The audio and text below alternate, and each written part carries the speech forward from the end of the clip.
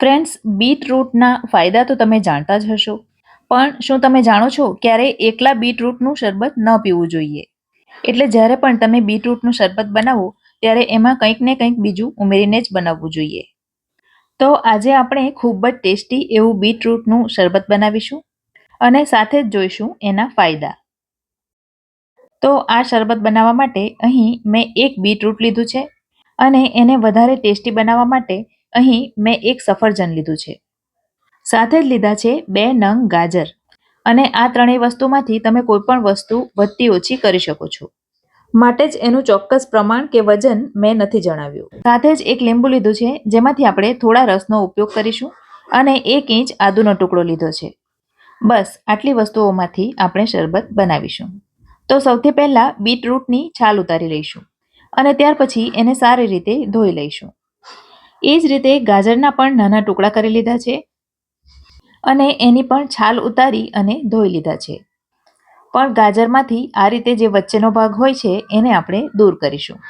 તો આ રીતે કટ લગાવી વચ્ચેનો જે ભાગ હોય છે એને કાઢી નાખવાનો. તો આ રીતે બધા ગાજર તૈયાર કરી લીધા છે. હવે લઈશું સફરજન અને એની પણ છાલ ઉતારી લઈશું. વચ્ચેનો જે બી વાળો ભાગ હોય છે એને કાઢી નાખવાનો અને ત્યાર પછી એને છોલી લેવાના. તો આ રીતે બીટરૂટ, ગાજર અને સફરજન ત્રણેયને છોલીને તૈયાર કરી દીધા છે અને જે આદુનો ટુકડો આપણે લીધો હતો એને પણ છોલીને તૈયાર કરી દીધો છે. હવે આ બધી વસ્તુઓને મિક્સરમાં પીસવાના છીએ. તો પહેલા એના નાના નાના ટુકડા કરી લઈશું. તો આ રીતે કરેલા નાના ટુકડાને મિક્સર જારમાં એડ કરી દઈશું. તો અહીં મેં મિક્સરનું જ્યુસ માટેનું મોટું જાર લીધું છે અને એમાં આપણે બધી વસ્તુઓ લઈ લઈશું. આદુના પણ નાના ટુકડા કરીને ઉમેરી દઈશું.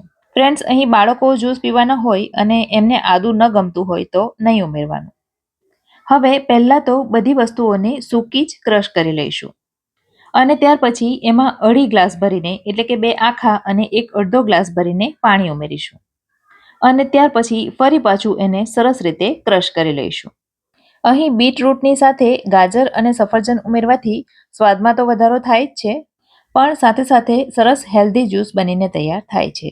તો આ રીતે એકદમ બારીક ક્રશ કરી લેવાનું અને હવે એને ગળણીમાં ગાળી લઈશું. તમે એને કપડામાં પણ ગાળી શકો છો. ફ્રેન્ડ્સ, મારા વિડીયો તમને ગમતા હોય અને મારી ચેનલને તમે હજી સુધી સબસ્ક્રાઇબ ન કરી હોય તો પ્લીઝ જલ્દીથી સબસ્ક્રાઇબ કરી દેજો. બીટરૂટના ફાયદા તમને જણાવું તો તમે સાંભળતા પણ થાકી જશો. તો બીટરૂટ વજન ઓછું કરવામાં મદદ કરે છે, લોહી વધારે છે, ઇમ્યુનિટી વધારે છે, યાદશક્તિ વધારે છે, ચામડી ચમકદાર બનાવે છે અને વાળ માટે પણ ફાયદાકારક છે, હાર્ટ માટે ફાયદાકારક છે અને હાઈ બીપી કંટ્રોલ કરે છે, ડાયાબિટીસમાં અને લીવર માટે પણ ફાયદાકારક છે. હવે જો ગળણીમાં ગાળતા હો તો આ રીતે ચમચીથી દબાવીને બધો રસ દાબીને કાઢી લેવાનો અને કપડામાં ગાળતા હો તો નીચવીને સરસ રીતે રસ કાઢી લેવાનો. અને ગાળ્યા પછી આ જે કૂચો વધે છે એનો ફૂલ છોડમાં ખાતર તરીકે ઉપયોગ કરી શકાય છે. હવે જ્યુસને વધારે ટેસ્ટી બનાવવા માટે એમાં અડધા લીંબુનો રસ નીચવી દઈશું અને સાથે જ 5 ચમચી જેટલું સંચળ ઉમેરીશું, જેને આપણે બ્લેક સોલ્ટ પણ કહીએ છીએ.